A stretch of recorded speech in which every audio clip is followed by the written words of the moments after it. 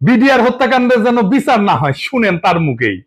এই বর্বরতা কোনো সেনা সদস্য করেনি, সম্পূর্ণটাই তদানীন্তন বিজিবি সদস্য দ্বারা সংঘটিত। Full stop. এখানে কোনো ইফ এবং বাট নাই। এই ওয়াকারের নেতৃত্বেই প্রাণঘাতী অস্ত্র দিয়া বিক্ষোভকারীদের গুলি করে মারা হয়েছে। আয়নাঘর ভিজিট করতে বাধা দিছে প্রফেসর ইউনূসকে। নিজে গেছে ভিজিট করতে, ওই গেছে ভিজিট করতে। ওর আর্মি অফিসাররা তো এই কাজ করেছে, ওই গেছে।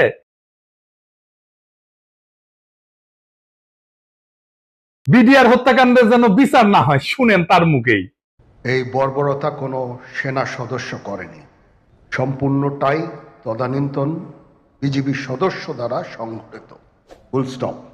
এখানে কোনো ইফ এবং বাট নাই।